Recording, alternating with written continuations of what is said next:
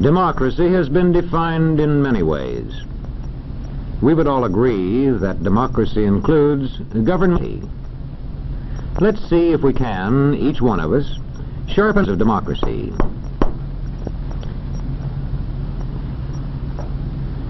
We know that democratic words and forms have been written into laws. But it is the way people practice democracy that really counts. Let's ask this man about defining democracy. He studies communities and the way people live in them. He goes about his job scientifically, observing, recording, analyzing, and reporting. Well, I'll tell you one thing. Students of society have been reporting their observations and analyses for a good many centuries. And as yet, there is not one single definition of democracy that they would all accept. There's one point, however, they would all agree on. And this is it. In thinking seriously of democracy, one must define his words carefully and use them consistently. When you have your own definitions clear, you know exactly what to look for in a community. Many students agree that two important signs of democracy are shared respect and shared power. Let's take shared respect first.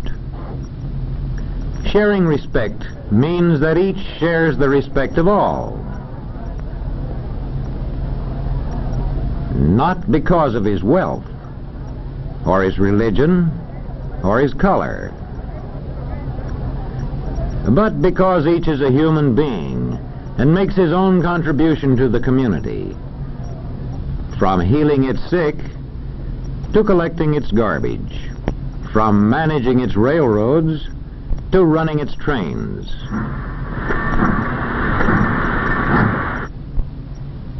One sign of shared respect in a community is that everybody is given a fair chance to develop useful skills and the chance to put these skills to effective use. And there is shared respect if various groups in the community recognize each other's right to hold different faiths and opinions. And now let's see how we spot the second of the two signs of democracy, shared power. Most observers agree that there is true democracy in a community only if there is shared power. That is to say, only if many people have a share in making decisions that the community will support with force if necessary. More specifically, you can say that power is shared wherever regular popular elections are authorized and are actually held. There is shared power wherever people actually get out voluntarily and vote. And if they can vote without interference or pressure from anybody.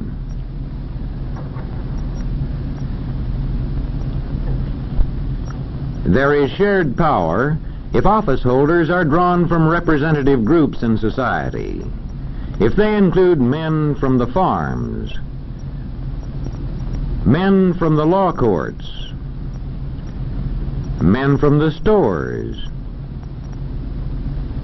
men from the factories, office holders who are drawn from representative groups of the community.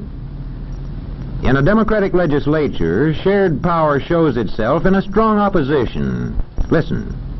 And that is why I'm confident the governor will have the support of the House on this bill. Mr. Speaker, as usual, the honorable gentleman is quite wrong. He and the governor he serves so dutifully can expect no support for their policy from this House.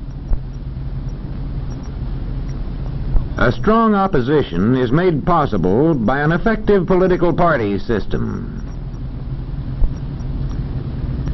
The two most important signs of democracy, then, are shared respect and shared power. They, in turn, depend on many conditions.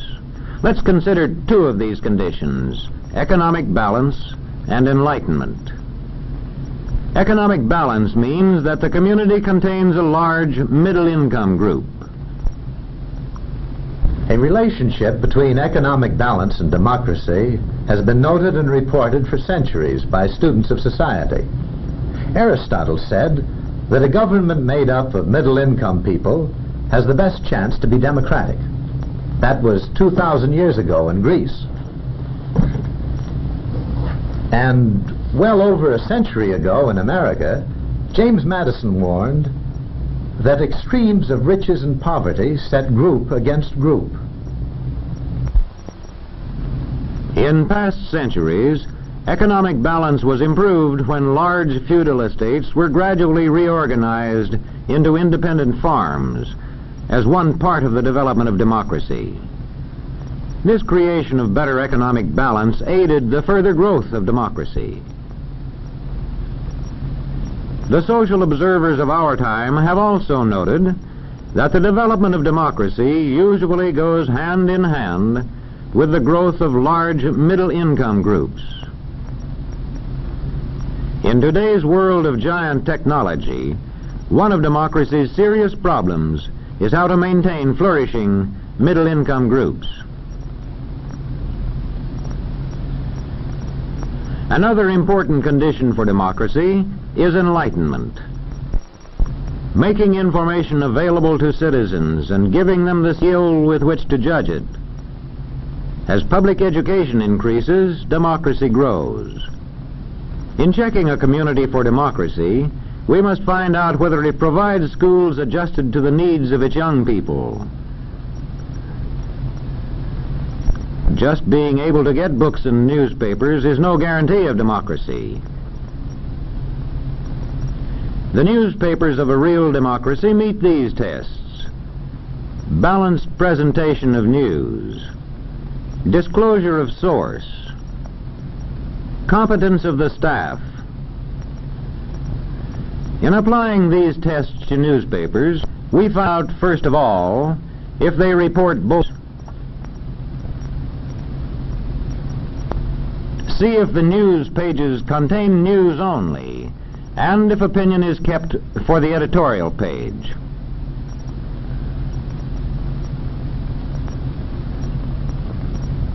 Next, we see if the paper says plainly who publishes and edits it. We know which side they're on. Newspapers in a real democracy meet a third test: competence of staff. This test requires newspapermen to value accuracy and impartiality and to interpret the news skillfully for the public. The competence test also requires newspapermen to use the services of experts. I want 500 words on freedom of the press for our anniversary edition. How about it? But, Professor, you know more about the history of freedom of the press than probably any other man in the country. Yes, that's right. I mean the responsibility of a free press and other forms of communication like the radio and the movies to enlighten the people into democracy. When we examine any democratic community, large or small, or just average, we find that we can separate out two distinct signs of democracy: shared respect and shared power. They, in turn, depend on at least two conditions in the community: economic balance and enlightenment. There is no standing still. The more economic balance and enlightenment, the more shared respect and shared power. Democracy is something that's never finished. It wanes with neglect, and it grows with care. If a community works to balance its economy, and if it works to enlighten its citizens, such a community can achieve shared respect, and it can achieve shared power. By working hard at it, the citizens of any community can achieve democracy.